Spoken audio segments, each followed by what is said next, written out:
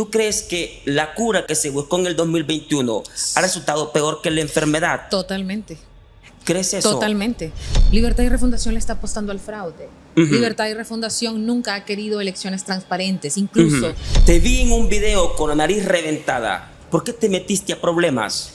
la política, y sobre todo en este tiempo y en estos contextos, es para valientes. ¿Qué harías en este momento si estuvieras en la posición de Don Riafura? Llamaría a marchas, llamaría a manifestaciones, llamaría al pueblo a pronunciarse. Qué gusto poder saludarles. Hola, ¿cómo están? Desde Overtime, el mejor restaurante de Tegucigalpa. Conmigo, Sara Zavala. Fuerte aplauso, por favor. Candidata a diputada por el Partido Nacional, Francisco Morazán. ¿Cómo estás? Un gusto, encantada de poder estar contigo, de volver a verte después de tantos años. Tantos años. Y sobre todo de poder estar en este espacio tan bonito que has creado, que es Gracias. Punto Joven. La última vez que te vi fue 2013. Aproximadamente. 2013. Estabas tú en contienda, en campaña política, apoyando a Sara Medina, exdiputada por el Partido Nacional en el departamento del Paraíso, y yo estaba haciendo pininos acá, ¿me entiendes? Aprendiendo a ser tan buena como tú en la comunicación. No, Hablaremos de eso a profundidad muy pronto. Se acaba de ventilar la información de que la consejera del Partido Liberal, la señora Ana Paola Hall, se echó para atrás, te lo diré así, se echó para atrás. ¿Qué piensas al respecto? ¿Por qué lo hizo?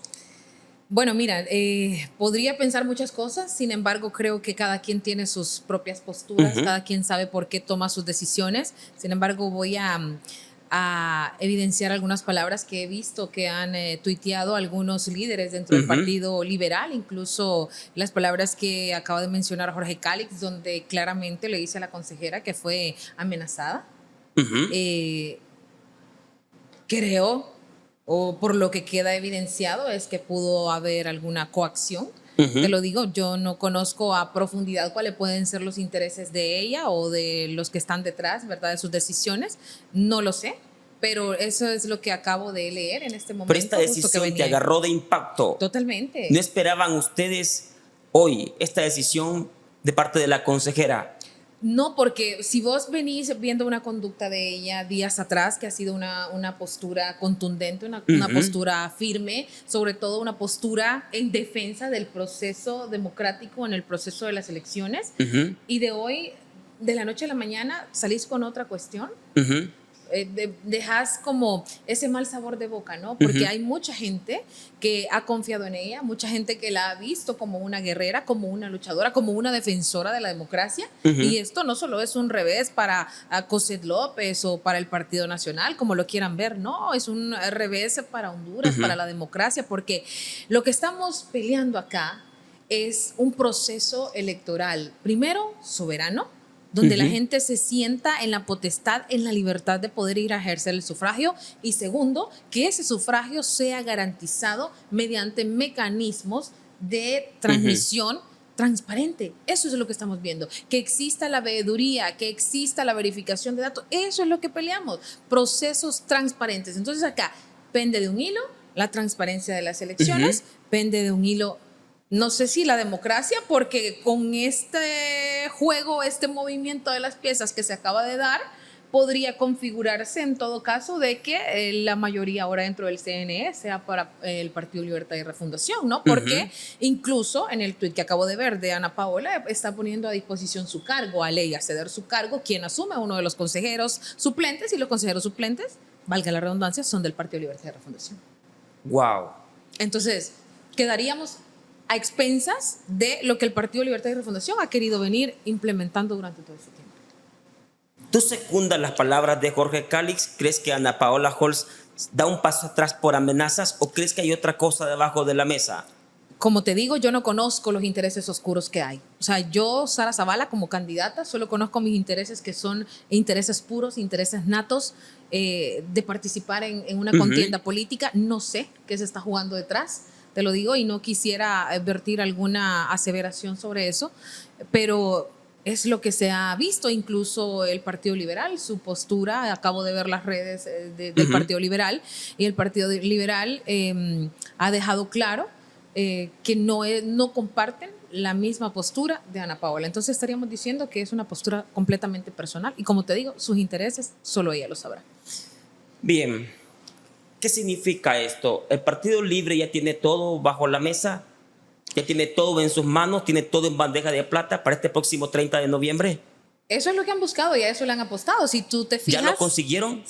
Prácticamente sí. Les estás dejando el camino allanado. O sea, el único acá, por así decirlo, la única oposición que van a tener dentro del CNE, en todo caso, sería la posición de Cosette López, que sería minoría dentro del Pleno. Por la forma en como me lo dices, con tu rostro y el tono de tu voz, ¿te siento derrotada con esta decisión de Ana Paola Holtz? No me siento derrotada, me siento defraudada. Que es diferente, porque hemos emprendido una lucha acá, te lo digo honestamente y vuelvo y te repito, mis intereses son intereses buenos, intereses sanos, y esta lucha la hemos emprendido en pro del pueblo. Sara Zavala no tiene interés más allá que ir a hacer las cosas bien al Congreso Nacional, y no es justo, considero que no es agradable el hecho de ver que el proceso realmente va a quedar en manos de los que le apuestan al fraude, de los que en el 2021 llegaron al poder con unas elecciones las menos transparentes de la historia, donde vos nunca pudiste verificar realmente los datos, donde nunca pudiste ver si los votos que realmente se contabilizaron existían o no. Entonces han sido las elecciones que han faltado a la transparencia con las que hoy el partido de gobierno, Libertad y Refundación, está ejerciendo el poder. Ok, eres muy analítica, además eres abogada ahora, ¿verdad? Claro. Te graduaste recientemente, Sí. Te he seguido muy de cerca. Analicemos el escenario. Ana Paola Holtz da un paso hacia atrás como consejera del Partido Liberal. No solamente hace eso, también pone a disposición su cargo. ¿Cuál va a ser el siguiente movimiento del Partido Libre? Tiene que asumir uno de los suplentes, ya lo dice la ley. Uno de los suplentes. Sí. En este caso ya habría un consejero del Partido Libre, que sería el señor Marlon Ochoa. Otro consejero sería el suplente ahora que toma el cargo de Ana Paola Holtz del Partido Libre. Sería 2 versus Cosette López, que representa al Partido Nacional. Correcto. Eso significa un CNE a total disposición del oficialismo. Totalmente. En pocas palabras. El mismo escenario que estamos viendo que pasó de cara a las elecciones del 2021.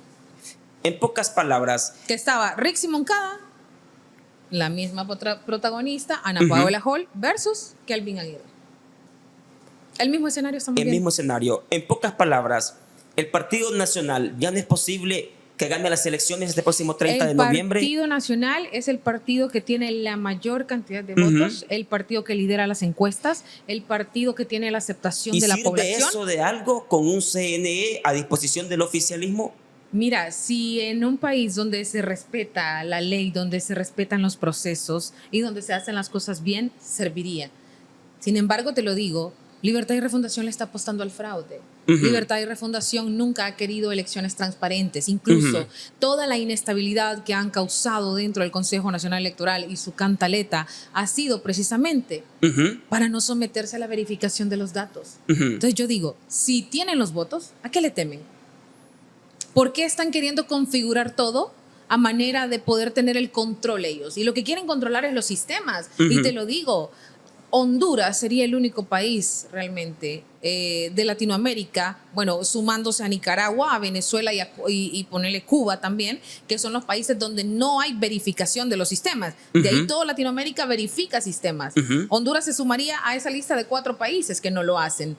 Ahora te digo, ¿qué ha pasado en esos países que no verifican los sistemas? ¿Qué pasó en las recientes elecciones de Venezuela? Cuando tenías una María Corina Machado, que es la mujer más votada en la historia de Venezuela, y no lo digo yo, lo dicen los números, lo dicen las marchas, lo dicen las manifestaciones, lo dice la comunidad internacional. ¿Y qué pasó? Con acta en mano, con datos en mano, manipularon el sistema en Venezuela, un sistema manipulado. ¿Y quién está ejerciendo el poder? El mismo de siempre, Nicolás Maduro. Eso es lo mismo a lo que nos vamos a enfrentar acá en Honduras. Podemos tener la cantidad de votos, podemos tener la aceptación del pueblo, pero si dejamos los sistemas al libre albedrío de lo que pueda hacer Libertad y Refundación, nos va a pasar lo mismo que en Venezuela. Y te lo digo, estaríamos perdiendo la democracia en el país. Dame estas respuestas en pocas palabras. ¿No hay forma que el Partido Nacional gane las elecciones con esto que está pasando? si se implementa ese fraude monumental, que es lo que quiere hacer Libertad y Refundación, sería muy difícil. ¿Cómo vas a contrarrestar un fraude? El voto masivo, más fraude, aquí no va a funcionar. Te lo digo, voto masivo en Venezuela, fraude, no lo hizo. No lo hizo. ¿Y qué va a pasar? Vamos a quedar como anda María Corina Machado viajando por el mundo con las actas y diciendo que ella es la presidenta. Pero quien está ostentando el poder es otro. ¿Crees que sí va a quedar Nasria Fura? Es que así pasaría. Viajando por todos los países pregonando que él ganó las elecciones de forma decente, transparente. Es que así pasaría. Pero un sistema dentro del país dirá lo contrario. Así es, así pasaría acá. Te lo digo, a eso nos estamos enfrentando y no solamente se trata de estas elecciones, se trata de nuestra libertad como pueblo, como país, de nuestra democracia, de estas elecciones. Depende el futuro de Honduras, depende si continúa siendo un país democrático donde sus autoridades, donde sus gobiernos se elijan a través del voto o se instala una dictadura y nos olvidamos y le contamos a la historia y le contamos a los que vienen que antes en Honduras se elegían los presidentes mediante el voto. Y a ustedes como autoridad del Partido Nacional en contienda, ¿esto los agarró de sorpresa o ya lo veían venir? Mira, si vos venís y haces un análisis y revisás, ¿no?, lo que ha sucedido en años anteriores, te digo, es el mismo escenario que pasó en el 2021. Entonces no los pudo haber agarrado de sorpresa. Tanto de sorpresa no. Entonces, ¿qué as tienen bajo la manga? Le apostábamos a que realmente hubiese ese amor por Honduras, ¿sabes? Entonces, ¿qué as tienen bajo la manga? No sé qué as se va a tomar por parte del partido. Ahorita no te lo podría decir, ¿verdad? Sin embargo, nosotros continuamos haciendo nuestro trabajo. Nuestro trabajo, como te dije, es genuino, es legítimo, es para el pueblo. Es un trabajo siempre enmarcados en la ley, siempre enmarcados en que prime la democracia y que prime la voluntad del soberano, que es la voluntad del pueblo. Hablemos así, de forma ilusa, un tanto estúpida, por tu experiencia en política. No eres virgen política, naciste en política. Te conocí pegando afiches allá por el 2004, 2005.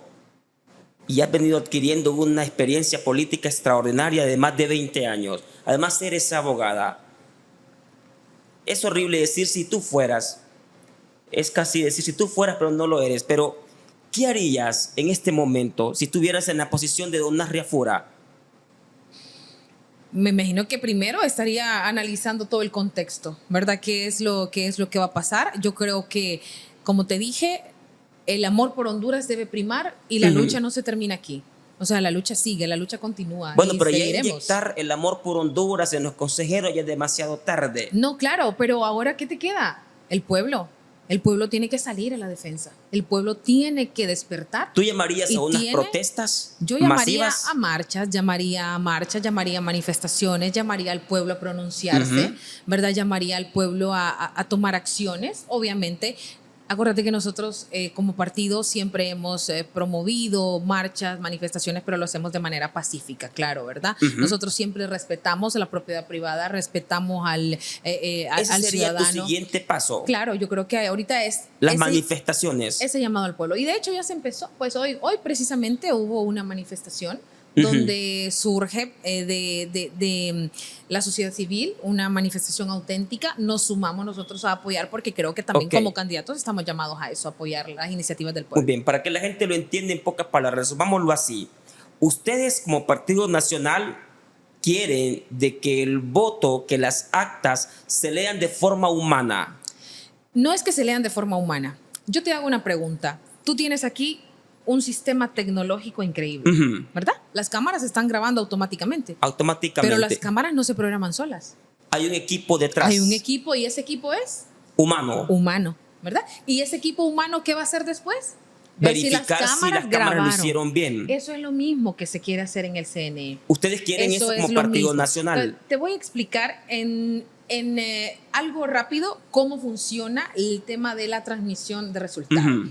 Vos estás en la mesa. Cuando ya haces el conteo de votos, haces el escrutinio, llenas el acta, ¿verdad? Que te dice cuántos votos sacó cada candidato presidencial en todos los niveles. Venís y esa acta vos la escaneás. Ese escaneo se hace, al momento que se escanea, se hace una lectura inteligente de todos los datos. Pueda que esa lectura inteligente que te haga ese escáner te tome un 4 por un 9 o te tome un 3 por un 8. Los algoritmos no son perfectos. No son perfectos, la tecnología también falla, ¿verdad? Entonces, ¿qué es lo que vas a hacer? Simple y sencillamente verificar que la lectura o el escaneo de datos que te hizo el aparato coincide con el acta.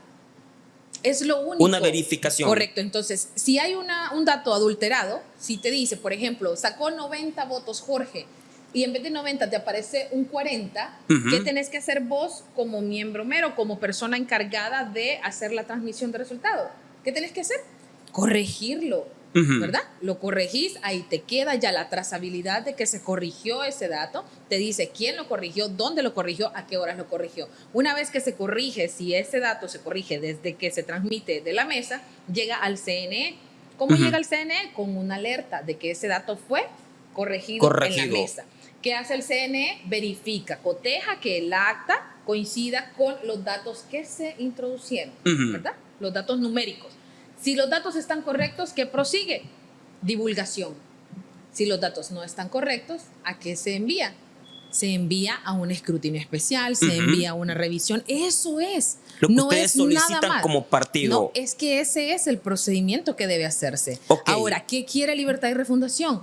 Que así como te los lee el escáner, así se publiquen. No se puede. Tiene que verificarse y tenemos que estar de acorde tanto resultados escaneados como resultados en el acta. O sea, Libre se rehúsa a una verificación humana. Y a esa es la verificación humana que Libre ellos le quiere temen. que el resultado dependa completamente del algoritmo. Correctamente. Del programa, del Totalmente. sistema, de la tecnología, sin verificación humana. Totalmente. Y ahora entonces viene el escenario. Si vos tenés el control completo del CNE, si tenés contratada, porque todavía no está contratada la empresa de la transmisión de resultados, pero si contratás una empresa que está afín a los intereses de Libertad y Refundación, ¿quién te dice que no van a poder programar los algoritmos para que los números que te lea ese escáner sean los números que ellos quieren? Es simple.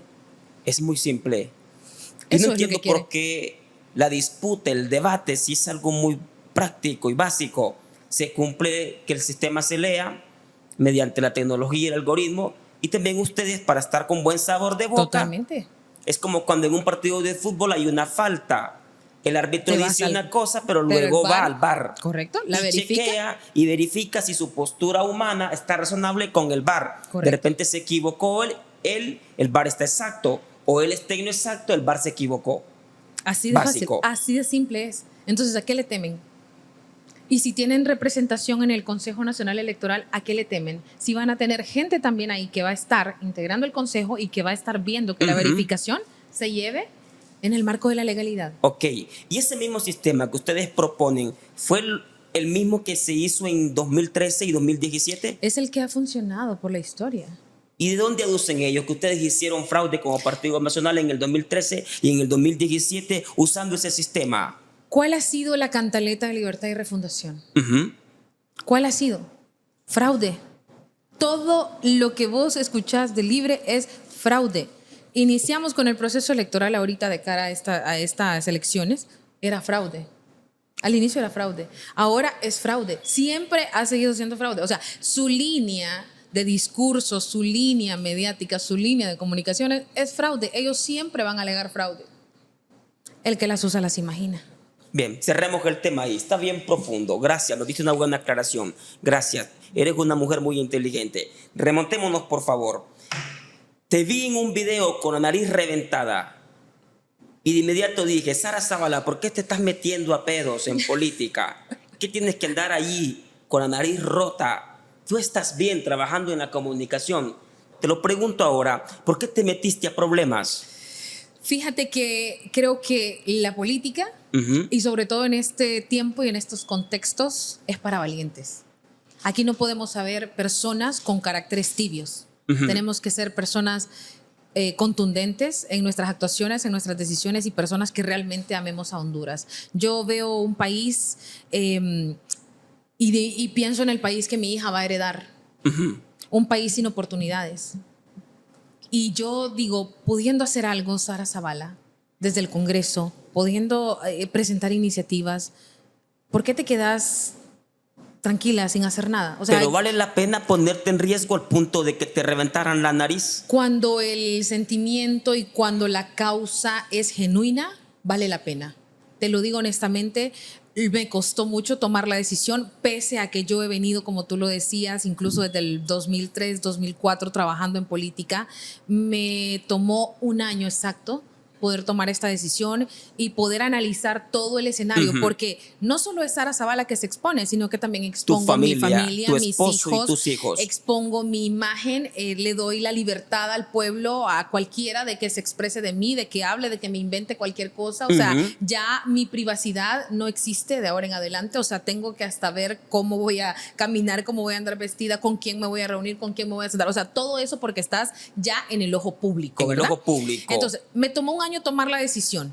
Sin embargo, creo que si los buenos, las personas que tenemos buenos pensamientos, buenos sentimientos, buenas iniciativas y queremos hacer cosas grandes por este país, no nos involucramos, los malos van a seguir haciendo de las suyas. De acuerdo con eso.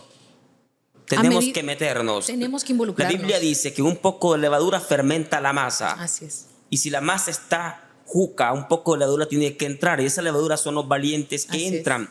Pero pasaste de ser una periodista muy querida y reconocida a ahora una política corrupta más. No Lastimosamente ese es el escenario de los políticos en Honduras. Ese es el estigma, pero ¿Sí? Sara Zavala no es corrupta, y Sara Zavala puede hablarte a los ojos y mirarte a la cara y decirte: Sara Zavala no tiene un acto de corrupción en su trayectoria como mujer, como profesional, como política, al cual le puedan imputar el día de hoy.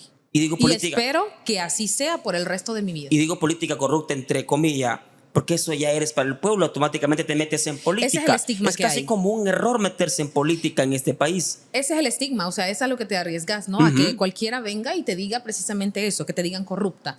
Pero te lo digo honestamente, si los buenos no entramos en esto, los malos siguen haciendo las suyas. Y la clase política va a seguir decayendo cada día más. Y mi deber y mi responsabilidad como mujer, como ciudadana, como profesional, como periodista, como abogada, como mamá, es dejar un gran legado y transformar esto, que es lo que hoy llaman clase política corrupta. Sí. Y la gente generaliza y encierra de inmediato. Este político ya se dañó, se echó a perder. Sí. Hace poco me pidieron, antes de las internas, que me metiera como candidato suplente, mira, por el Partido Libre. Yo me eché a reír. ¿Por qué no aceptaste? Llevo una visión muy hermosa en esto que me encanta. A mí háblame de esto, de hacer preguntas y estar acá metido en estas locuras.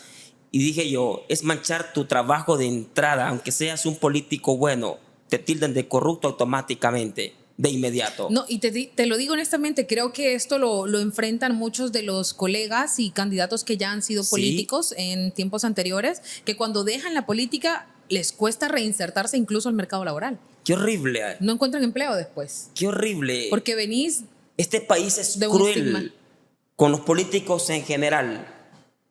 Claro, ¿de acuerdo? Claro, porque el país, si hacemos un análisis y si revisamos datos, la historia te dice que los políticos han llegado al poder a apoderarse, a robar, a enriquecerse, a contratar a sus familias, a fomentar el nepotismo.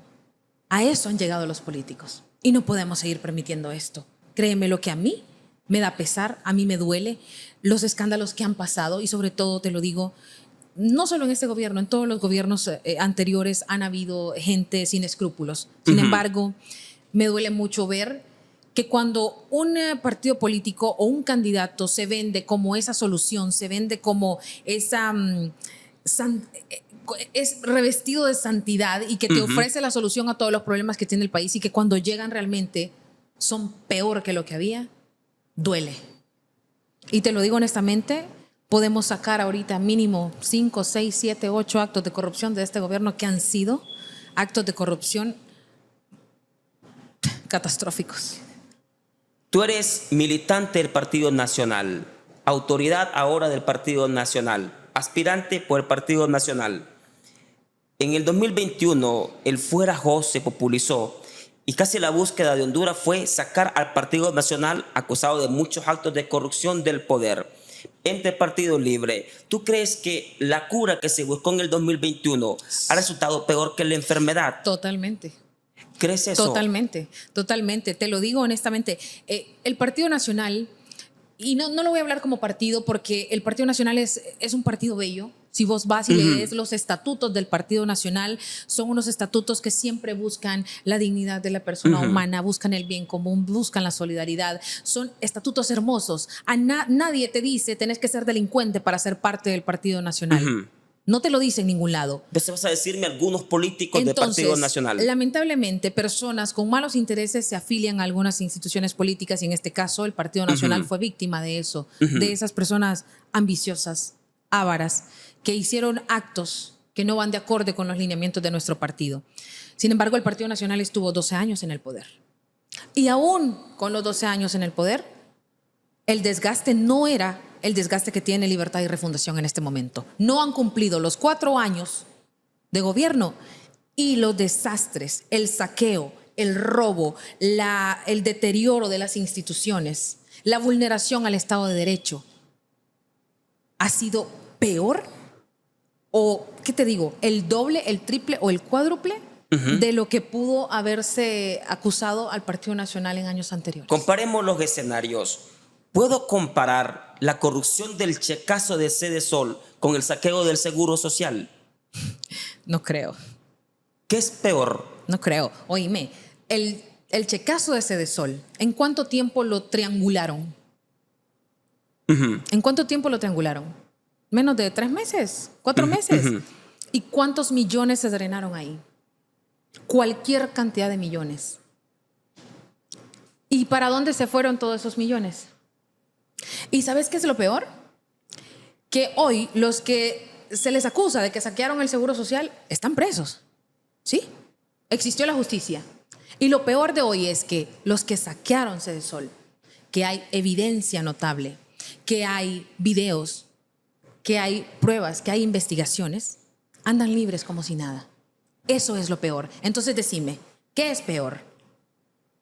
¿Me quiere decir que ustedes como partido sí aplicaron la ley con el saqueo del Seguro Social? Y te lo digo. Y mira, podemos hablarlo acá.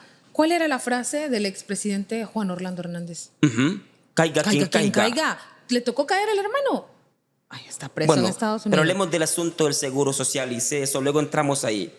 ¿Es peor el checazo del Sede Sol entonces? Es peor porque estás en un país de impunidad. Estás ahorita viviendo en una vulneración al Estado de Derecho donde no hay respeto a la ley. Te doy la razón.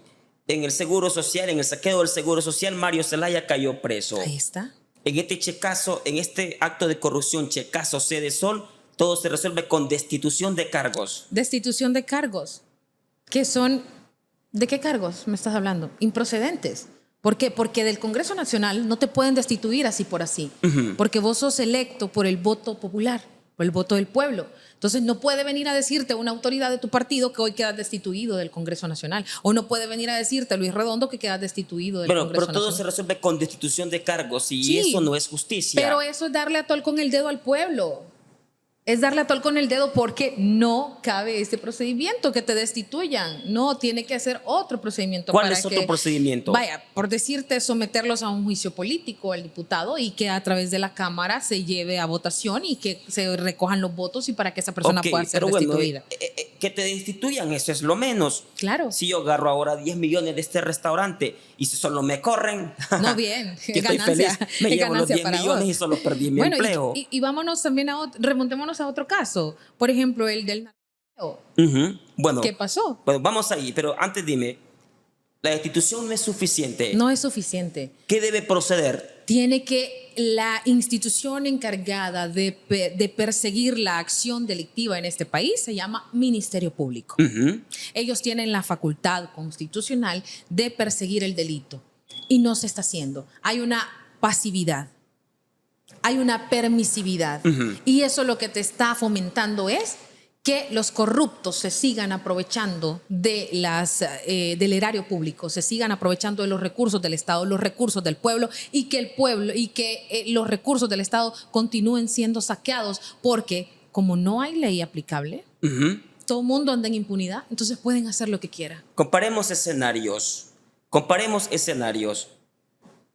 El señor Tony Hernández, Partido Nacional, y el señor Juan Orlando Hernández, Partido Nacional, presos en Estados Unidos por narcotráfico. Un video del señor Carlos Zelaya, hermano del expresidente Manuel Zelaya, donde también lo vinculan con el narcotráfico. ¿Qué escenario es peor? Te voy a decir, de Juan Orlando yo nunca vi un video negociando con narcotraficantes. Nunca lo vi. Nunca lo vi. Sin embargo, tampoco huyó de la justicia. Si le tocó entregarse, se entregó. Y él sabrá a lo que se ha sometido. Y el señor Carlos Zelaya, sí hay evidencia fehaciente. Un video que fue filtrado, un video que está a la vista y paciencia de las autoridades, un video que toda la población ha reproducido y que es un video que ha despertado esa demanda de justicia en el pueblo. Ok, cerremos ahí. Vámonos a los asuntos personales. ¿Tu esposo está contento con tu proyecto político? Me costó convencerlo. ¿Ya está convencido? Bueno, mira, mi esposo también, él ha estado mucho en política, ¿no? Pero nosotros luego de un episodio personal que tuvimos, nos habíamos como retirado un poco de la política y habíamos tomado la decisión de dedicar todos nuestros esfuerzos y todas nuestras acciones en pro de nuestra familia, ¿no? A compenetrarnos como familia. Sin embargo, llega esta oportunidad.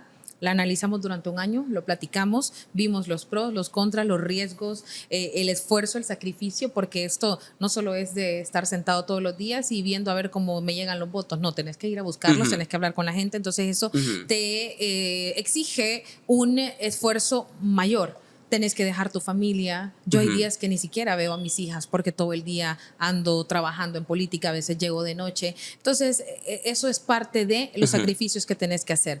Sin embargo, considero que ya que tomamos la decisión, tanto él como yo estamos compenetrados en esto, en sacar adelante el proyecto. Y como te digo, más que sacarlo adelante y más que Sara llegue al Congreso Nacional, es hacer las cosas bien. Él te dio la venia, te dijo sí, entrale con todo, voy contigo. Más que la venia, porque acordate que yo he sido una mujer que he tratado de ser un poco independiente en la toma de mis decisiones. Más que la venia, yo no le pido permiso nada más que a Dios. Sin embargo, sí fue importante saber que contaba con su apoyo. ¿No le pediste permiso a tu esposo para aspirar en política? Lo platicamos y le dije, cuento con tu apoyo, sí o no.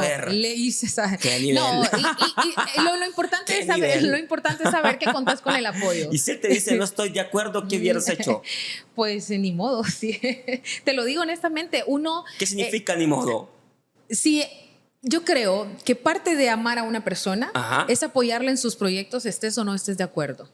Puedes sugerirle, ¿no? A tu pareja y decirle, mira, yo considero que esto no es viable para ti, o considero que no, y lo consensuamos. Sin embargo, cuando vos venís y querés imponer tu pensamiento o querés imponer lo que vos querés, no es correcto. Me parece que no. Entonces yo soy de las mujeres que siempre tomo mis decisiones, obviamente las platico con él, pero mis decisiones nadie me las impone. Decisiones. Nadie me las impone, correcto. En pocas palabras me descifras como ni modo, como si estuviera de acuerdo o no, yo le entro a la aspiración política. Totalmente. Una colega tuya, periodista, Saraí Pinal, se lanzó a política y su esposo resultó salpicado y ahora ha sido destituido de su cargo y es uno de los desempleados más que enfila el desempleo de este país. ¿Y qué hay si tu aspiración política salpica a tu esposo?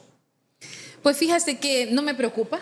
De hecho, eso es algo de lo menos que me preocupa en este momento porque tanto mi esposo como yo hemos sido personas que nos hemos conducido por la vida de forma honorable, tanto en nuestra vida personal como en nuestra vida profesional. Entonces eso es un escenario que no es probable. ¿Dónde trabaja él?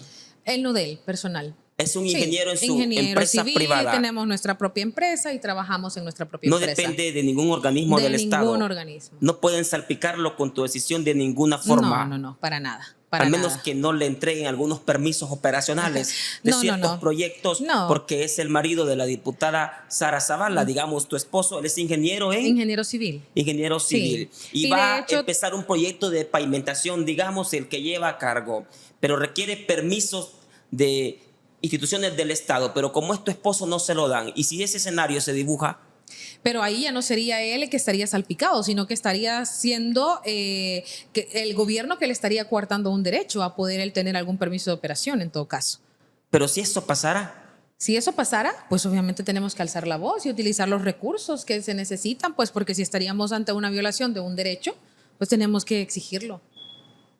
Me gusta tu convicción. Yo diría que es dolor de huevo meterse a política. Y que estabas viviendo tranquila con tu esposo, el ingeniero, trabajando bien en sus negocios y empresas, y tú como una periodista muy reconocida y exitosa en Honduras. Sí. Y ahora te metes a política, te metes a problemas. Pero en pocas palabras, yo no voy a ser ave de mal agüero con tu pasión. Siento que también es una devoción. Claro. Y que no estás tranquilo o tranquila hasta que no ejecutas esa visión, ese sueño. Es un arte y creo que es un arte. Las personas que ingresan... Es como decirle a Messi que se vaya a hacer banquitos de madera. Sí. Su arte es la pelota. Totalmente. Lo tuyo es la política. Es como que te digan a un día ya no vas a tener tu programa. No, y ahora Jorge va a ser cajero de un banco. No va a ser la misma pasión. Te zumba la madre, no te aguanto 2 horas, ¿me entiendes? Es que te enamoras de lo que haces. Estoy de acuerdo. Y cuando lo haces con pasión, y yo uso la frase que cuando vos trabajas en algo que te apasiona y lo haces con amor y con pasión, eso nunca será tu trabajo. Será siempre la actividad más linda que vos podés ejercer en tu vida. De acuerdo, porque lo disfrutas, lo amas. Y créemelo, yo te lo digo, yo amo ir a los barrios, yo amo sentarme con la gente, tomarme una tacita de café, platicar. Te vi desde muy chica haciéndolo. Siempre yo amo escupir micrófonos. Yo amo escupir micrófonos. Yo amo eso, lo disfruto. Escupir micrófonos es maravilloso. Mira, eres una mujer muy inteligente y has sido muy golpeada. Lamento lo que pasó con tu hijo. Es una experiencia amarga la que sufriste. La muerte de un hijo no se supera. Jamás. Jamás. Es una entrada permanente, el boleto permanente a una vida o a una cadena perpetua de dolor. ¿Qué sientes cuando estás en la mesa con tu familia y está esa silla vacía?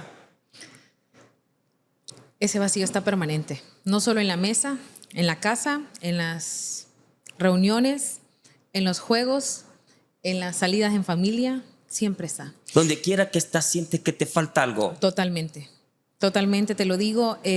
Mi hijo se ha convertido precisamente en esa inspiración. Cuando yo tomé la decisión de participar en política, a lo primero que me remonté fue el episodio que viví con mi hijo.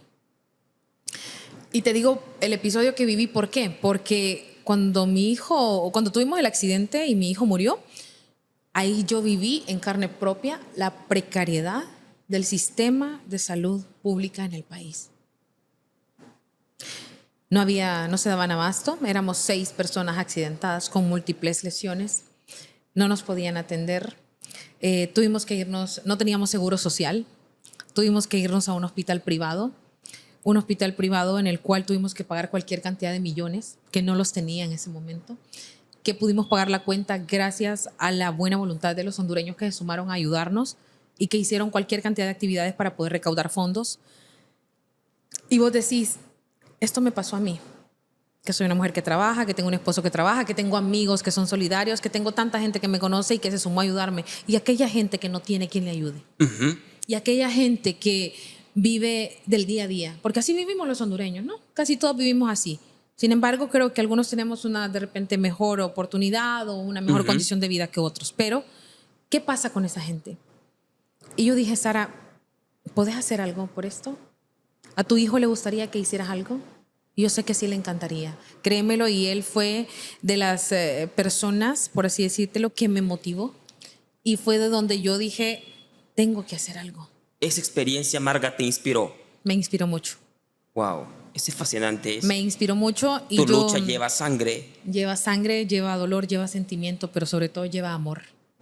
Y yo sueño, te lo digo honestamente, no soy médico, pero sueño con un sistema de salud eficiente, con una muy buena gestión hospitalaria, donde vos puedas ir a cualquier hospital, donde te puedan atender, donde al hospital que vos vayas puedas tener tu historial clínico a mano, donde ese mismo sistema de gestión hospitalaria te diga a vos qué medicinas toma Jorge y cada cuánto el gobierno se las tiene que proveer, y que te dé también ese balance o que te dé esa auditoría, que te diga el gobierno tiene que adquirir tanto medicamento para tal fecha porque a Jorge hay que mandárselo su medicamento.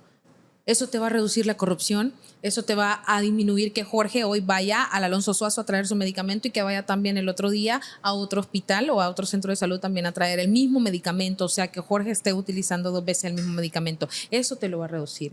Necesito esto. Regálame esa experiencia, Marga. ¿Cómo fue? Fíjate que exactamente fue en el 2021, una semana después de las elecciones, un 4 de diciembre. Yo ese día iba para Olancho porque mi abuelo estaba cumpliendo 92 años. Le dije a mis hijos, mis 2 hijos, mi esposo y 2 sobrinitos que iban conmigo, acompáñenme, vamos, y vamos a pasar por Talanga. Yo había estado trabajando en las elecciones que habían sido el fin de semana anterior en Talanga. Íbamos a pasar por Talanga visitando a algunos líderes por allá. Sin embargo, cuando estamos llegando a Talanga, una cuesta que se le conoce como la Cuesta de Palmira, una rastra venía desenfrenada, invadiendo carril. En curva había una pendiente, estaba el piso mojado, o sea, estaba lloviendo en ese momento. Y cuando menos acordamos, en cuestión de 2-3 segundos, la rastra estaba encima de nosotros. No tuvimos oportunidad de capeárnosla, no tuvimos oportunidad, prácticamente yo solo recuerdo a mi esposo que giró el timón y ¡Sara! Y no más. Wow. De ahí no más. Fue tan rápido porque, como te digo, la rastra venía rebasando en curva, venía desenfrenada, venía rebasando a un busito blanco, eso sí lo recuerdo. Y yo incluso iba viendo la velocidad a la que mi esposo se iba conduciendo y le hice un comentario entre sarcástico, le dije, está lloviendo, ¿verdad? Pero como diciéndole, vas muy despacio porque está lloviendo. Porque sí, yo le vi la velocidad y iba a unos 40, 50 kilómetros por hora, ponele. Entonces, cuando menos acordamos, pasó eso. Yo perdí el conocimiento. Mis 4 niños iban en la parte de atrás en la parte de atrás del carro, poníamos un carro doble cabina. Sin embargo, mi hijo pequeño iba entre los 2 niños, o sea, los 2 niños de en medio. Eran mis 2 hijos pequeños, mis 2 sobrinos iban a los lados. En el viraje que mi esposo hace, mi hijo sale por en medio de nuestros 2 asientos. Pega en el tablero, impacta con el golpe de la rastra y todo lo demás, y él tuvo un golpe en el cráneo y tuvo también un golpe en los pulmones. Entonces, en su caja torácica, todo, ¿verdad? Entonces, eso fue lo que le provocó a él prácticamente la muerte. No fue instantánea, él murió en el hospital. Incluso yo ya había llegado al hospital cuando él murió, te lo digo honestamente. Llegamos, primero llegaron las ambulancias. ¿Tú pierdes el conocimiento? Yo perdí el conocimiento. ¿Y cuando yo despierto? ¿Despiertas? No, yo recuerdo que yo me quedé sin conocimiento. Sin embargo, mi esposo nunca perdió el conocimiento a pesar de que era el más lesionado. Háblame de ti. Cuando recuperas el conocimiento, ¿dónde estás? ¿Qué pasó? ¿Qué pasó? ¿Dónde estabas ya? No, estaba todavía dentro del carro, no me habían sacado. Wow. Pero yo recobro el conocimiento y despierto porque mi esposo grita, ¡Sara! ¡Mario Andrés! El niño todavía estaba en el tablero del vehículo. En ese momento yo despierto, veo y vuelvo a perder el conocimiento nuevamente. Sacaron al niño, sacaron a todos los niños y yo sin conocimiento. Los sacaron a ellos, llegó una ambulancia y los trajeron a ellos para Tegucigalpa de inmediato por las lesiones que traían. Luego recuerdo, volví a recuperar el conocimiento cuando uno de los bomberos o alguien, no recuerdo, desde ahí en Talanga, me estaban sacando del vehículo y cuando dicen a sacarme, la pierna me empieza a colgar así como en tres partes acá. Entonces me sacan y yo no aguantaba el dolor porque sí tuve una fractura de fémur, se me hizo 3 pedazos la pierna. Y recobro el conocimiento y yo lo primero que empiezo a preguntar es por los niños. Mi esposo todavía seguía atrapado en el amasijo de hierro del vehículo. Él se tardaron 45 minutos en rescatarlo. No lo podían sacar. Sus pies estaban atrapados en los pedales. Fracturada su costilla, su húmero, rodillas, todo lo que es sus pies. O sea, no lo podían rescatar, tenían que hacer un trabajo muy minucioso para no poder causarle otras lesiones. Su cadera también estaba lesionada, fracturada. En eso me sacan a mí. Los niños ya venían en camino. Luego llega otra ambulancia, solo habían 2 ambulancias.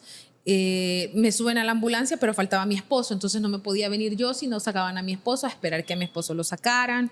Luego que nos sacan, nos dicen a meter en la misma ambulancia, no cabíamos los dos en la ambulancia, otro caos. Luego llegó otra ambulancia a ayudarnos y ahí nos cambiaron ya de ambulancia y ya nos trajeron. Cuando yo llego al hospital, veo que ya tienen a los niños en una... Yo llegué primero, llegué antes que mi esposo. Los niños ya habían llegado y ellos estaban en la sala de emergencia, por así decirlo. Entonces veo y empezó a contar 1, 2, 3 y me faltaba uno, me faltaba el chiquito. Y todos ellos llorando y mami, tía. Entonces yo llegué, amores, aquí estoy. Yo venía súper lesionada, súper chocada, pero aquí estoy. Pero me faltaba el niño pequeño.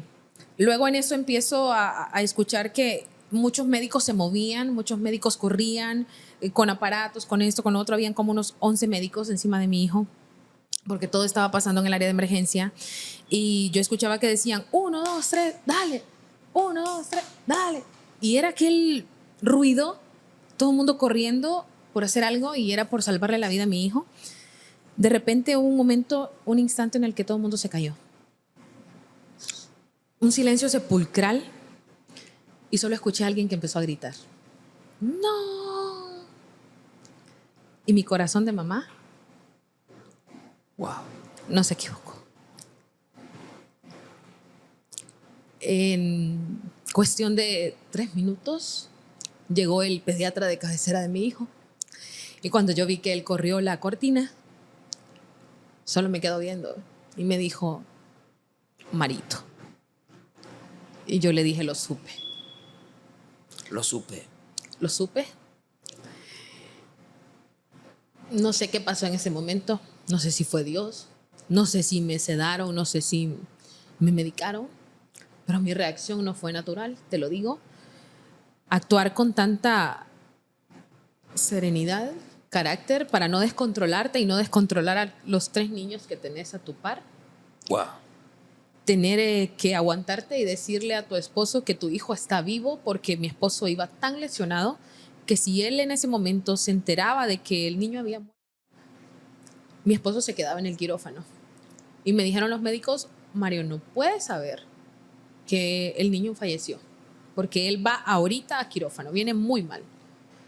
Él pregunta y el niño, porque él escuchó algo así como que el niño murió. Y entonces todos le decíamos, no, el niño está bien, el niño está bien, el niño está bien. Sin embargo, al día siguiente, cuando ya a mí me toca entrar a quirófano también, yo tenía mucho miedo. Y ese día sentía que yo iba a morir. Y yo dije, no puedo irme a un quirófano sin antes no me despido de mi esposo. Pasé por la sala donde él estaba y cuando él me vio entrar, él supo que yo tenía que decirle algo. Y cuando él me preguntó por el niño, yo me desarmé. No pude ocultárselo. Y le dije, Mario Andrés, que así se llamaba nuestro hijo, murió. Y tenés que quedarte 4 o 5 días hospitalizada, todos luchando por nuestra vida, mientras particulares, familiares, amigos velaban a tu hijo. Y me preguntaban, Sara, preguntan en medicina forense si se lo dejan en un freezer por mientras usted se recupera y después lo entierran y todo lo demás. Y tener que tomar la decisión y decirles no. Porque mi hijo no es carne de cerdo, no es carne de pollo, no es carne de res, no es algo así para que me lo dejen guardado en un freezer. Ni siquiera estuviste en su funeral. No estuve en el funeral, no supe cómo lo enterraron, de hecho no sabía dónde lo habían enterrado hasta que ya pude yo volver a caminar y poder ir. Bueno, de hecho fui en silla de ruedas al cementerio a conocer dónde a él lo habían enterrado. Lo único que le dije a las personas que ese día estaban ayudándome, que se hicieron cargo, mis cuñados, mis sobrinas, mis primos, por favor, denle un entierro digno y denle mucho amor, no me lo dejen solo. Carajo, tomando esas decisiones postrada tú en quirófano. Recuperándote. Dios mío. Y tenés que ser valiente. Qué amargo. Porque tenías que decirle a tu hija, por cuando tu hija te preguntaba, mamá, ¿y mi hermanito por qué no lo veo? Porque ella pensaba que su hermanito estaba en la sala con su papá. Porque ella estaba en la sala conmigo. Y yo no le podía decir, no tenía palabras como decirle a mi hija que su hermanito había muerto. Tuve que apoyarme de un especialista en duelo para poder hablar con ella y que ella a su edad comprendiera el proceso de la y supiera que su hermanito ya no estaba. O sea, fue bien duro. Qué horrible. Mira, yo siento ganas de golpear la mesa, ¿me entiendes? No sé qué hubiese hecho en tu caso, en el caso de tu esposo, ante una pérdida de esa magnitud. No se supera. Y cuando estás en casa y sientes su ausencia, ¿aún lo lloras? Claro, todos los días. Te lo dije, es una cadena perpetua de dolor. Y los recuerdos se vienen en cualquier momento. Los recuerdos están permanentes, están constantes, están en los sueños. De hecho, te lo digo, antier lo soñé. ¿Lo soñaste? Sí, lo sueño lindo como siempre. Lo sueño gritando, corriendo, jugando, siendo un niño feliz. Porque así era él. ¿Qué edad un niño tenía que tu disfrutaba. hijo? Tenía 5 en ese momento. ¿Ahora tuviera? Entre 8 o 9. Estuviera a punto de cumplir 9. Sí. Él era un niño feliz y así lo recuerdo, así lo sueño. Ver la foto de toda tu familia entera. Mi casa está llena de fotos. Físicamente hace falta uno. Claro, totalmente. Mi casa está llena de recuerdos. Es parte del proceso también, tener que aprender a vivir con los recuerdos. Mi casa está llena de fotografías. Tengo paredes llenas de fotografías de mi hijo. Su cuarto está intacto, su ropa está intacta, sus zapatos están intactos. Todo está ahí, en su lugar. ¿Y entras a su cuarto a veces? Sí, ahí me quedo durmiendo a veces. Me voy ahí. Hay días que uno necesita ese espacio de tranquilidad, ese espacio de estar vos solo, de encontrarte vos mismo, y me voy al cuarto de mi hijo y ahí me quedo. ¿Y abrazas su ropa? Abrazo a su ropa, a veces la saco de las gavetas, la doblo, la huelo, lo recuerdo. Wow. Sí. Sacas su ropa de las gavetas, la doblas. Sí.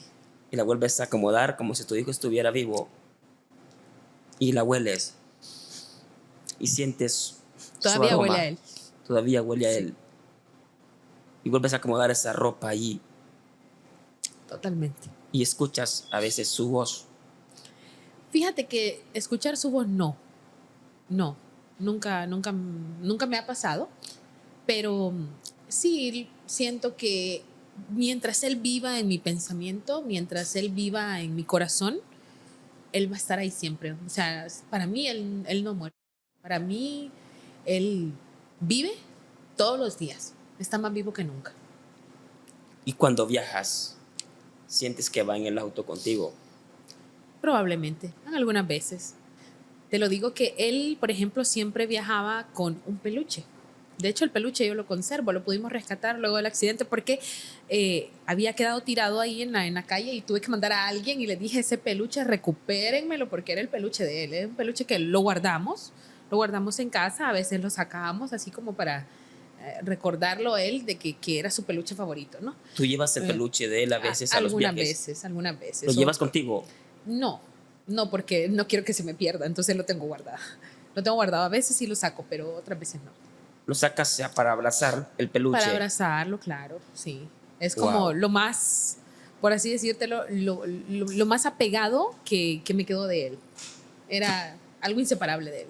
Perdóname por escorcar tu corazón. Necesitaba que me contaras esta historia que yo conocí por redes y me dolió el alma enterarme de lo que te pasó. Perdóname por escorcar, ¿sí? Sé que al escorcar revivo esos malos recuerdos, pero de otra forma sé que tu experiencia puede ayudarnos mucho. ¿Qué le dirías ahora a un padre que acaba de perder a un hijo? Creo que no puedes salir adelante por tus propios méritos. Uh-huh. La fortaleza no la adquirimos solos. La fortaleza la adquirimos solamente de Dios.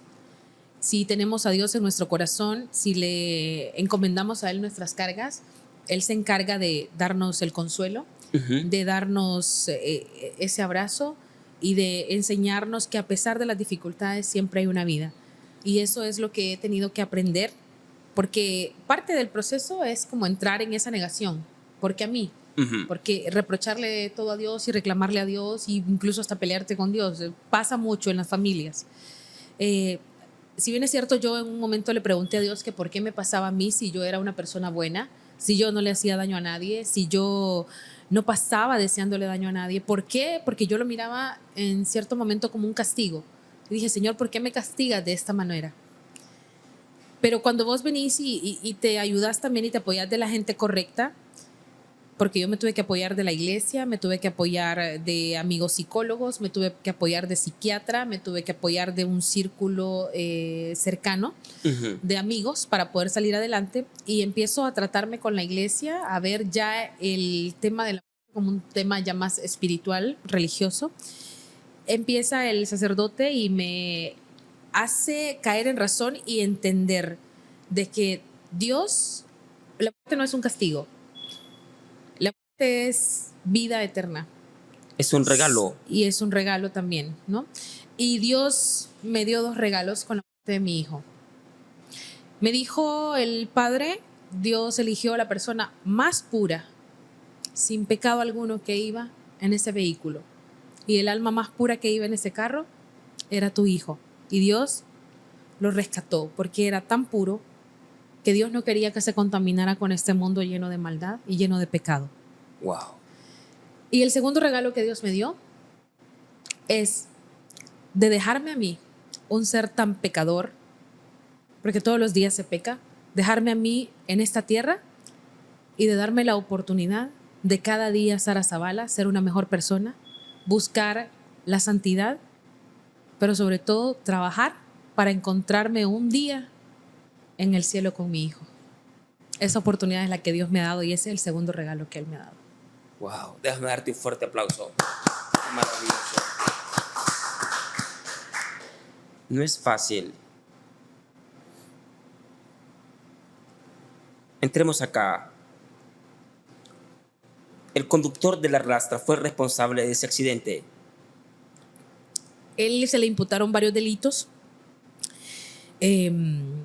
Uno era la conducción temeraria. Aparte de los daños, hubo un homicidio imprudente. ¿Verdad? Porque creo yo, te lo digo, que todos los que conducimos vehículos estamos expensos a cualquier tipo de accidentes. Y yo me subo todos los días a mi vehículo y no me subo pensando en que voy a ir a matar a alguien o voy a ir a atropellar a alguien. Creo que no, o sea, creo en los accidentes, ¿no? De repente, ¿por qué fue un accidente imprudente? Porque la conducta de la persona que iba manejando el vehículo no era una conducta responsable, fue una conducta imprudente, producto de su imprudencia, pues llegamos a lo que fue el homicidio, ¿no? Entonces, creo que no fue su intención dañar a alguien o no pensó en ningún momento decir voy a rebasar para ver si viene otro carro allá y los atropello. No creo, o sea, no hubo intención, por eso te digo, fue culposo más que doloso. No guarda prisión. ¿Por qué? Y te explico. Él se sometió al procedimiento abreviado, o sea, se declaró culpable.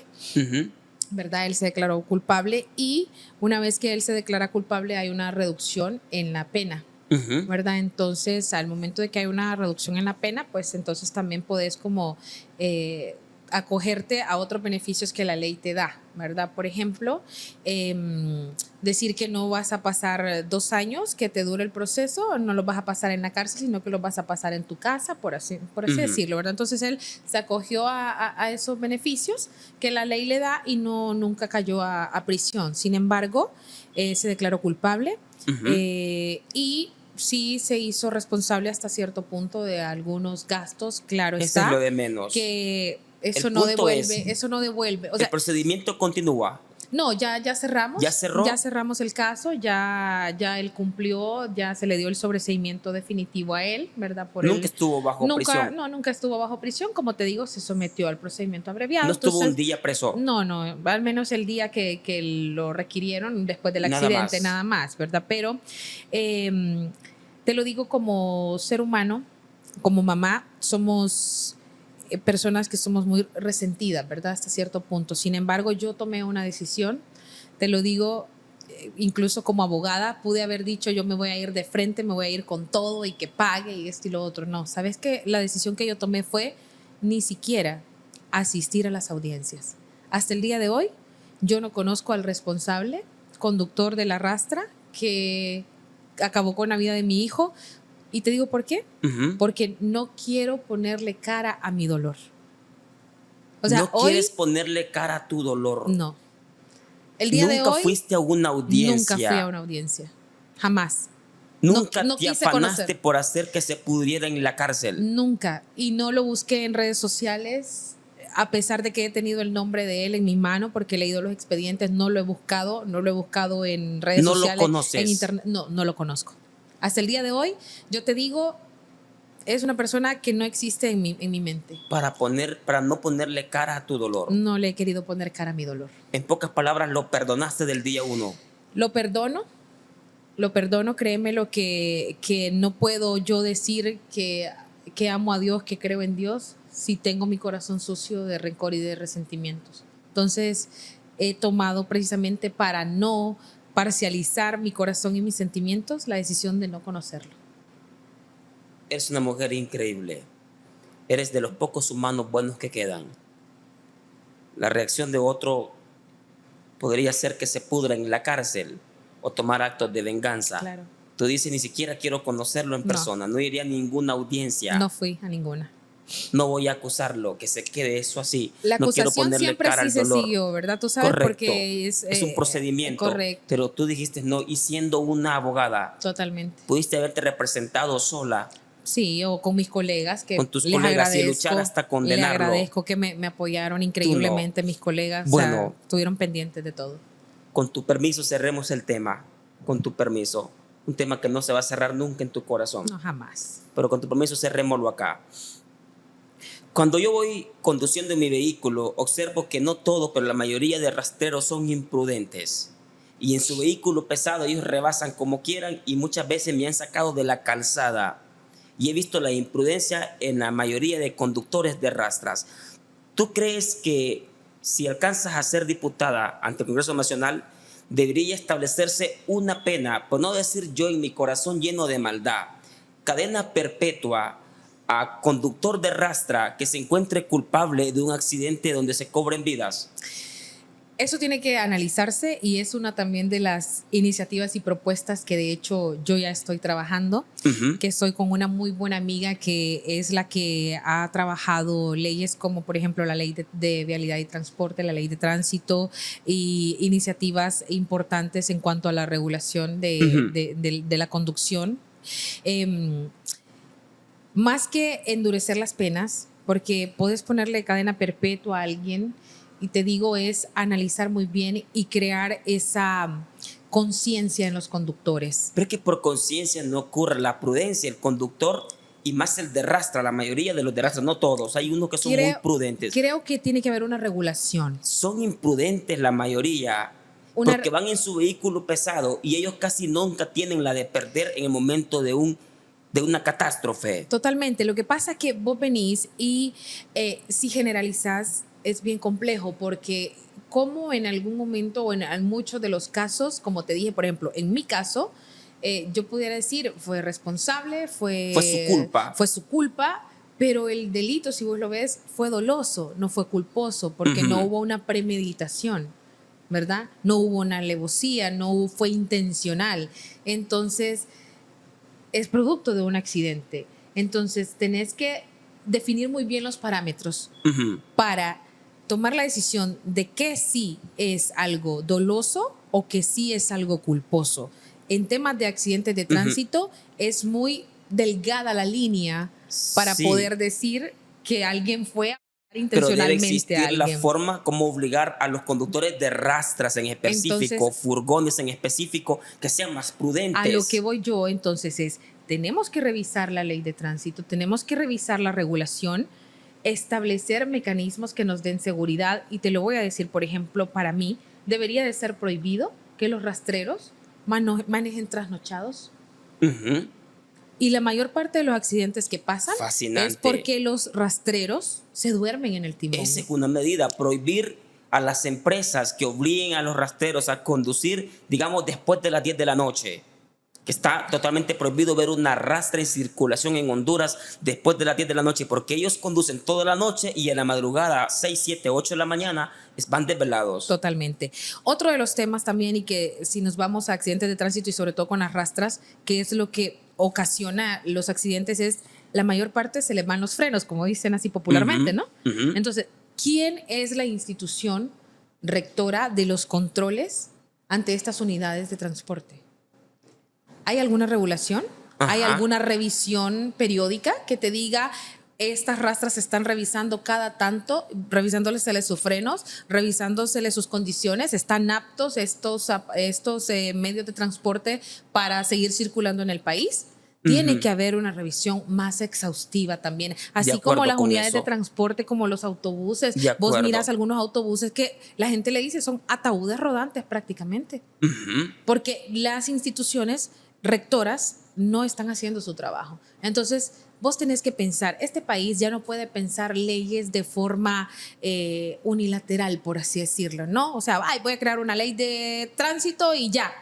No puedes crear una ley solo porque sí. Tenés que crear leyes integrales. Y cuando me refiero a integrales, es que si vamos a hablar de una ley de tránsito, es esa ley de tránsito que involucra a las instituciones rectoras. Tenés un instituto de transporte terrestre, están haciendo su trabajo, está dentro de sus funciones regular, por ejemplo, las condiciones de los buses, y lo están haciendo. Entonces, ahí es donde tenés que involucrar, hacer esa integralidad. Tenés también la Dirección Nacional de Vialidad y Transporte, está haciendo su trabajo preventivo, porque lamentablemente acá nosotros la mayor parte de acciones que hacemos son acciones reactivas, acciones de respuesta, pero no hacemos nada previniendo. Hay alguna obligatoriedad de que vos como conductor de rastra recibas una charla, una capacitación de educación vial. ¿Es obligatorio? Debería de ser obligatorio. Debería de ser obligatorio, o se supone que es obligatorio, pero mucha gente ni siquiera la recibe, la charla. Entonces es ahí donde tenemos que ver esa integralidad. Yo digo que se le debe dar una observación específica al conductor de vehículo pesado.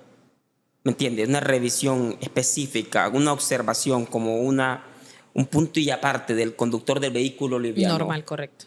Porque siento que el vehículo pesado es más peligroso en las carreteras abiertas. Totalmente. Y sobre todo corren como quieren porque ellos no... Las cargas también. O corren como quieren, producto de la exigencia de las compañías o empresas para las que laboran, o porque ellos nunca tienen las de perder. Casi siempre el del vehículo liviano es el que termina pereciendo. El rastero, la mayoría, todos casi siempre quedan vivos. Otro tema bien importante que también debe de abordarse es el tema de los seguros.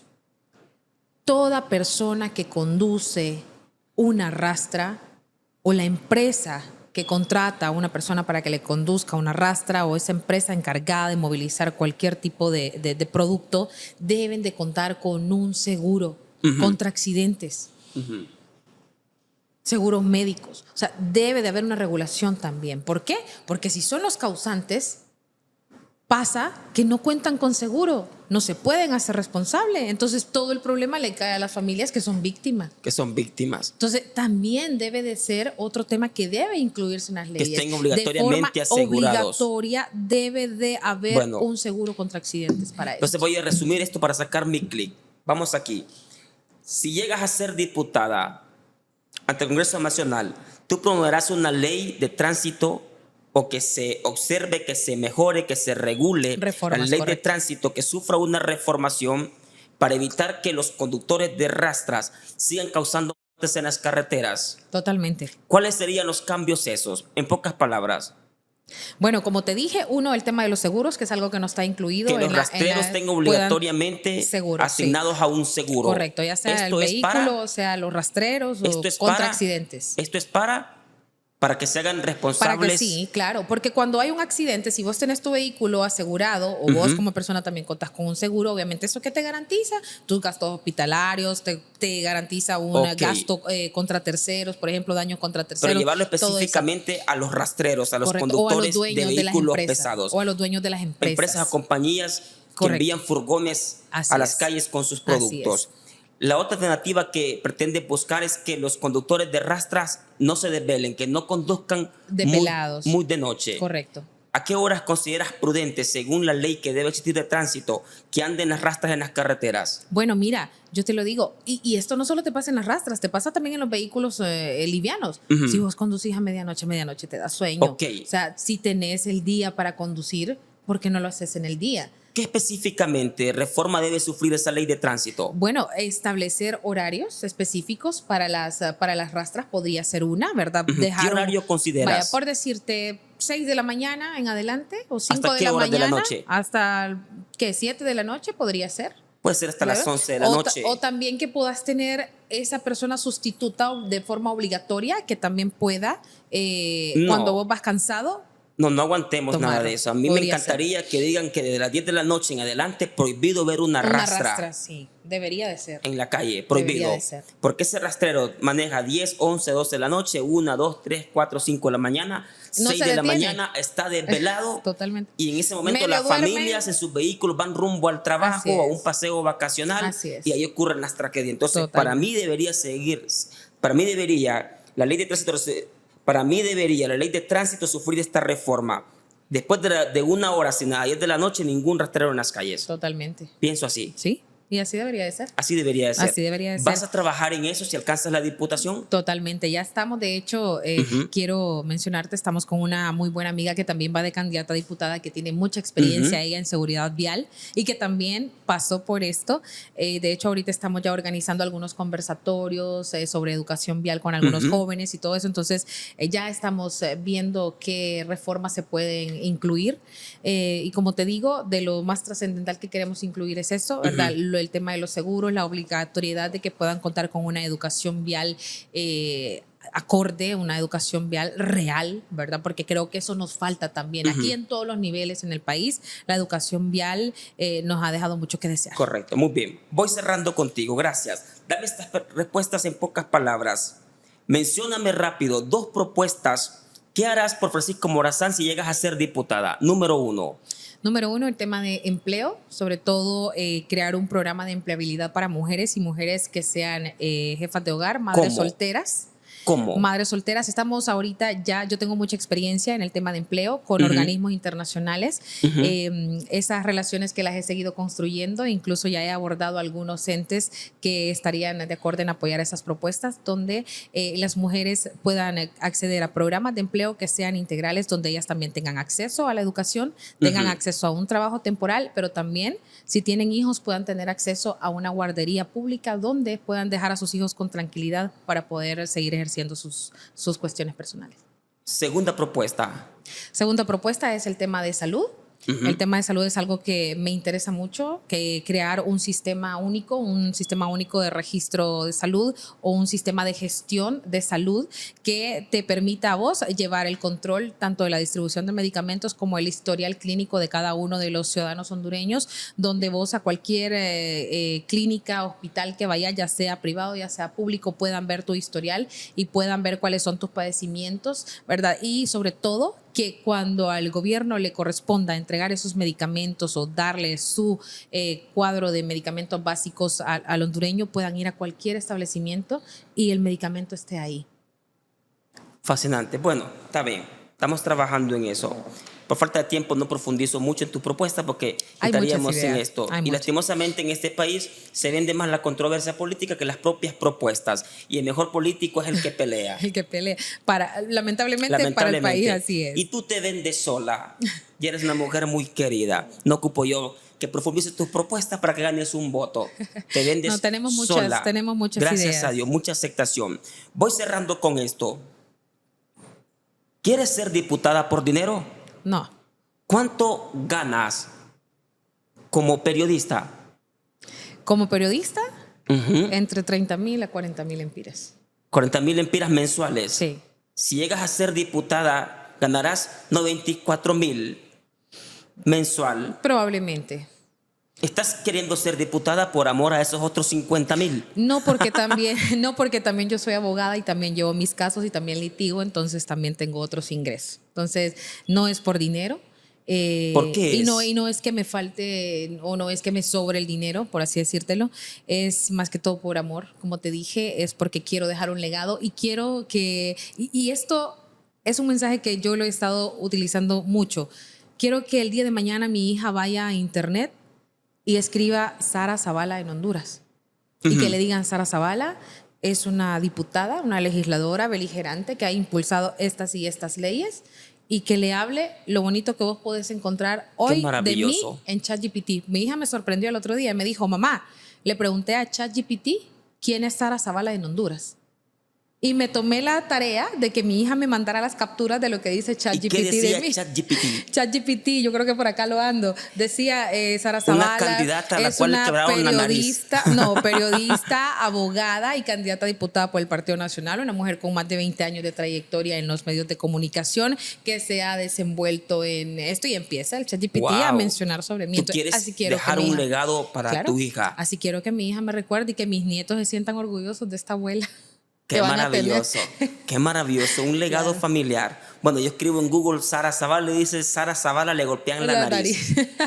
Pero bueno, la violencia política que sufren las mujeres. Y que no solo se vea que a Sara Zavala le golpearon la nariz, sino que Sara Zavala, a partir de eso, empezó a alzar la voz en contra de la violencia, y no solo en contra de las mujeres, y no solo en el contexto político, sino también en todas sus manifestaciones. Porque yo no solo he sufrido violencia política en mi vida, y creo que tú mejor que nadie lo conoces, también he sido víctima de violencia doméstica en años anteriores, y he aprendido a alzar la voz por aquellas mujeres que callan y aquellas mujeres que sienten que no tienen la fuerza y no tienen el respaldo y no sienten el valor para poder denunciar y para poder exigir justicia. ¿Es duro ser mujer y política en Honduras? Totalmente. Estás expuesto de una forma increíble. Aparte que de entrada te juzgan y te dicen: qué bonito que vos empezaste diciendo hoy que me conocías desde el 2003, desde el 2004, cuando yo empezaba a andar en política, que asistía a otra candidata a diputada. Qué bonito, eso vos lo conocés. Pero la gente que no me conoce, incluso muchos se han atrevido a decir, a saber a quién se lo prestó, porque así dicen, ¿verdad? Mucha gente eso es lo que piensa, que las mujeres le prestaste el cuerpo, tu cuerpo, para poder llegar a donde está. Para que te dieran una casilla. Porque eso es lo que la gente piensa, que las mujeres llegamos a estos puestos o a ocupar a estos espacios. Entregando el triangulito. El triangulito. Ajá. O sea, que los políticos tradicionales aseguran que tú entregaste el triangulito para que don Narria Fura te diera una posición en la planilla. La gente que no me conoce. La gente que podría no te conoce. Atreverse a decir eso. Yo conozco tu trayectoria política. Totalmente. No es de ahorita ni de ayer. Y fuiste política antes de ser periodista y abogada. Totalmente. Yo traigo una trayectoria, tú lo dijiste, más de 20 años. Creo en política, y mi trabajo habla por mí misma. O sea, yo soy una mujer que no vende su pudor, no vende su dignidad, ni mucho menos va a comprometer su cuerpo por alcanzar algo. Lo que he alcanzado, lo he alcanzado con esfuerzo, dedicación, esmero, inteligencia. ¿Y crees que si hay en Honduras algunas mujeres que alcanzaron posición política entregando el triangulito? Esperaría que no. ¿Esperarías que no? No. ¿Cómo te ven los dinosaurios? ¿Cómo te ven los dinosaurios del Partido Nacional? ¿A qué te referís con dinosaurios? Los viejos, los de 4 periodos en el Congreso. Los que actualmente ya son diputados. Ajá.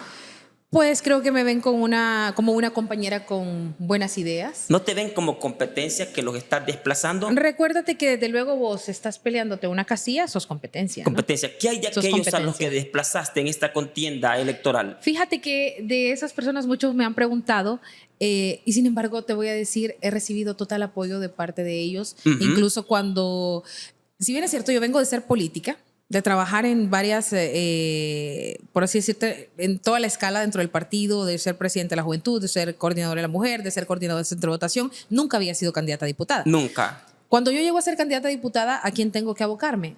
A los que tienen la experiencia, ¿no? Correcto. Entonces me aboqué a los que ya tenían la experiencia, y te lo voy a decir, y yo se los agradezco, porque muy amablemente abrieron sus corazones, abrieron sus historias, las pusieron en la mesa y me contaron cómo ellos se desarrollaron y cómo ellos pudieron llegar al curul donde hoy están. ¿Y asesoraron? Me asesoraron hasta cierto punto. ¿Desplazaste a Toño Rivera, el de los Chocollos? Que te voy a decir que dentro de los candidatos es uno de los que más me incluía. Por ejemplo, cuando yo llego y me dicen, ¿vas de candidata? Y que yo digo, sí, voy de candidata y acepto, yo vengo y empiezo a analizar todo el distrito y miro, Dios santo, más de 900, 1000 barrios y colonias. ¿Cómo voy a llegar? Yo no los conozco, no conozco toda la estructura del partido. Toño Rivera te apoyó. Toño Rivera, te voy a decir que él muy gentilmente me dijo, no te preocupes, cuando yo vaya a alguna reunión, yo te voy a avisar para que vayas y conozcas las estructuras. Y andaba contigo siempre, te llevaba consigo. Me avisaba dónde iba y yo pues me le pegaba, ¿verdad? Porque él es el que conocía la estructura, e igual con los demás candidatos. ¿Y qué reacción tuvo Toño Rivera al saber que tú, principiando por lo menos en Francisco Morazán en política, lo desplazaste? Te voy a decir que también me sorprendió porque fue la primera persona que me llamó y me dijo, Sara, esa cuarta posición es suya, la felicito. Wow. Y lo sentí tan despojado, lo sentí tan natural, lo sentí tan sincero, auténtico, que me llenó mucho mi corazón y me dijo, de ahí nadie la baja. Y te lo voy a decir, recuerdo muy bien, todavía iba el 40% del conteo de las actas. Y le dije, Toño, pero ¿cómo me va a estar diciendo eso si todavía falta el 60%? Te voy a decir las palabras literales como me las dijo. Sara, 40% es tendencia. Nadie la mueve de ahí. Así me lo dijo. Qué maravilloso. Eso fue lo que me dijo. Entonces, te lo digo, no creo que me vean como competencia. Creo que me ven como una candidata con buenas ideas, una candidata que... Como nueva cepa. Sí, que se le está dando la oportunidad. Creo que también tanto Toño, Lizzy, Johanna, los demás candidatos que ya tienen cierta experiencia entienden y están claros que la política es cambiante, la política es mutante y para que los partidos políticos sobrevivan tiene que existir ese relevo generacional, porque si no se quedan estancados en ideas. De acuerdo. En pocas palabras, ¿no sientes envidia dentro del Partido Nacional en la cúpula? No, la verdad que no. ¿Sientes el abrazo familiar del partido? Sí, te lo digo. Y una familia, una comunidad. Una comunidad completa. Yo, como te lo digo, con los compañeros que tienen experiencia, con otra que me he sentado también a desayunar, a tomar café. Lizzy, explícame en municipios cómo haces. A pesar de que yo conozco municipios, ella también se tomó el tiempo para explicarme. Y Tomín Zambrano también. Tommy, claro. Tommy, vos sabés que es un gran líder y siempre estoy en contacto y a veces le digo, Tommy, ¿vos qué opinas de tal cosa? Y ya él me dice. Entonces, es importante la experiencia. Vámonos aquí. Mencióname 3 líderes que le causaron mucho daño al Partido Nacional. Ay, ¿qué te digo? No podría mencionártelos. Ok, te dejo ahí. Despídete a la gente que te quiere muchísimo.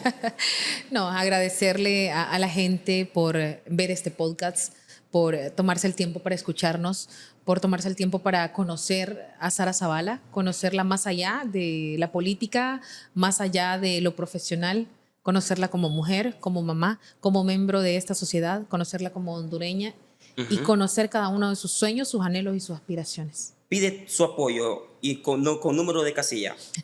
Bueno, actualmente estoy en la posición número 4 dentro del Partido Nacional, en la casilla número 96. Si mis propuestas, mis ideas compaginan con lo que vos deseas para Honduras, obviamente que estaré muy agradecida por ese apoyo que me van a dar el próximo 30 de noviembre. Ok. ¿Puedes enviarle un mensaje a Don Narria Fura de mi parte? Claro que sí. Sí puedes, ¿verdad? Dile a Don Narria Fura que en la injusticia el neutral está en contra de la víctima y a favor del opresor.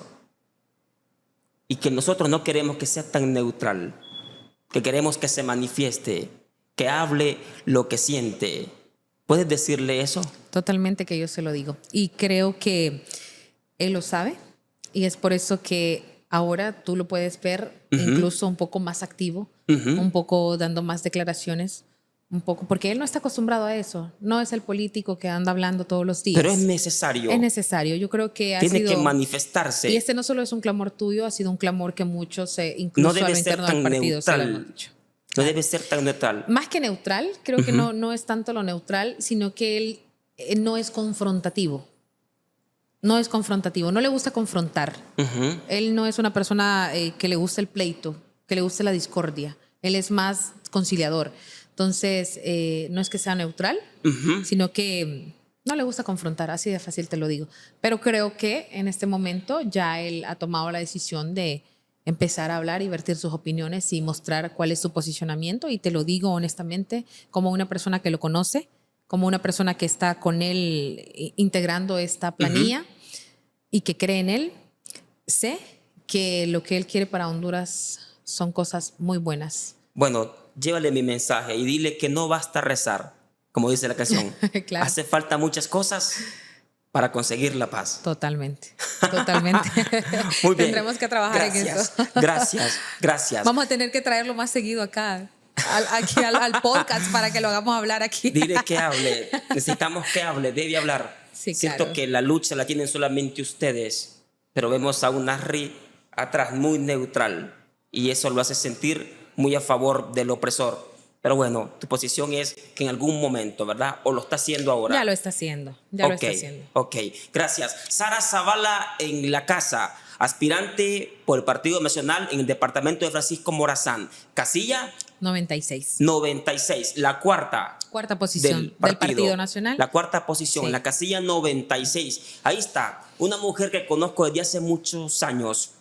No es una virgen política, no está aquí por suerte. La conocí pegando afiches con pegamento elaborado a base de harina y agua, Sí. allá por los